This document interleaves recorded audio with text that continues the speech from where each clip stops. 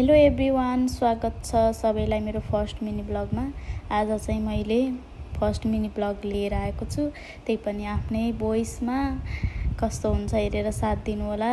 त्यही पनि अझ कुकिङ गरेको भिडियो र हेरेर साथ दिनु होला। चाहिँ मैले के पकाउँछु भन्ने ला होला, हेर्नु होला है अन्तिमसम्म के पकाउँछु भनेर।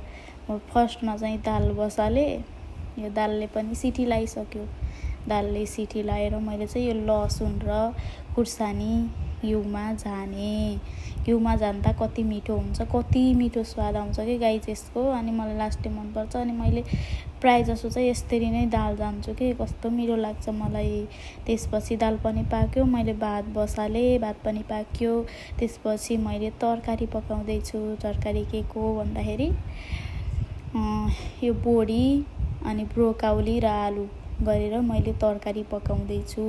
पहिला चाहिँ सुरुमा जिरा र मेथी झान्ने, त्यसपछि आलु भुट्ने अनि बोडी भुट्ने, अनि थोरै बेसार हालिदिने। बेसार हालेर ब्रोकाउली हालिदिने। त्यसपछि ब्रोकाउली हालेर नि एकछिन चाहिँ परप्रो भुट्ने अनि नुन हालिदिने। नुन हालिदिएपछि थोरै लसुन र अदुवाको पेस्ट पनि हालिदिने। अनि यो धुलो मसला हालिदिने। धुलो मसला हालेर अब टमाटरको साटो टमाटर पेस्ट हालेँ मैले। टमाटर पेस्ट हाल्दा नि मिठो हुन्छ। कस्तो मिठो भयो त्यो तरकारी पनि पाक्यो। अरे खनाएर त्यसपछि अन्डा उमाल्न राखिदिएँ। अन्डा पनि पाक्यो। त्यसपछि मेरो खाना रेडी भयो। By by guys.